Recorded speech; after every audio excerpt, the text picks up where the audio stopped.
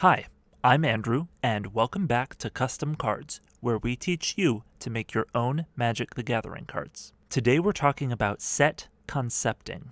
If you want to make a Magic set, the first thing you'll need is an idea. What is the focus of your set? Maybe it's based on a real-world culture like Persia, Mesopotamia, or the Norse. Maybe it's your own personal take on an artifact set, or a multicolored set.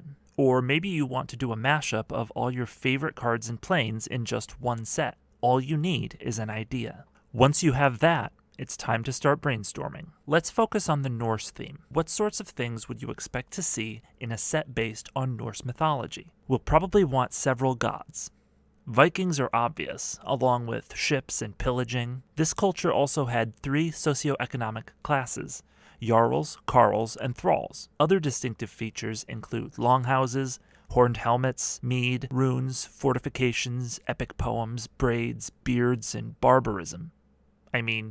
Barbarism. We'll want to build our set around many of these concepts, but also give it our own spin that ties these ideas together. For example, let's say that the gods of this plane are merely the souls of great warriors who have completed a monumental task. Godhood is promised to any who complete such a feat, so everyone is trying to make their mark on the world and prove themselves worthy. This explains the seafaring and pillaging, the epic poems, the fortifications that indicate constant battle. Now that we have a basic idea of what the world looks like, let's look at creature types. Many sets will ask you to create one or more new creature types. Do we want to have Vikings? Or can we make do with barbarians, berserkers, and warriors? Furthermore, what races do we want? Humans tend to be on every plane, but beyond that, you usually want a few other sapient races and several animal races. Think about how these races interact.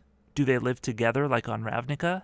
Or do they separate themselves like on Ixalan? And what colors can each race be? You want each color to have several race options. Because our world features small tribes fortifying and attacking each other, it makes sense to have our races be separate, each one its own tribe. Orcs feel at home in a world based on battle, and their brutality makes them black and red. We could do merfolk, but with the seafaring and pillaging, that feels a little too similar to Ixalan. So let's make Aven our blue race. Their ability to attack from above standard fortifications could make for some interesting lore. Aven are also perfectly at home in white. Now we need green, so let's make some elves. To make them interesting, let's say that they lost their homeland years ago and now live exclusively on their ships. This life on the sea can add blue to their identity. We could go on like this for a while. Our world needs a lot of small warring factions, and we can fill this need one of two ways. Either we add lots more different races, or we take the few races we have and divide them into multiple different tribes, each with its own color identity and ideals.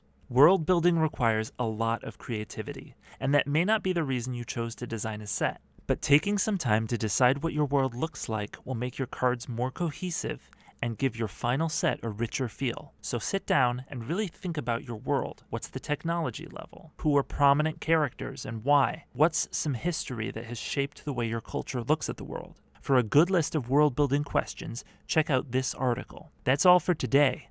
Thanks for watching. If you enjoyed it and want to see more, like and subscribe. We'll be back next Thursday to talk about the set skeleton.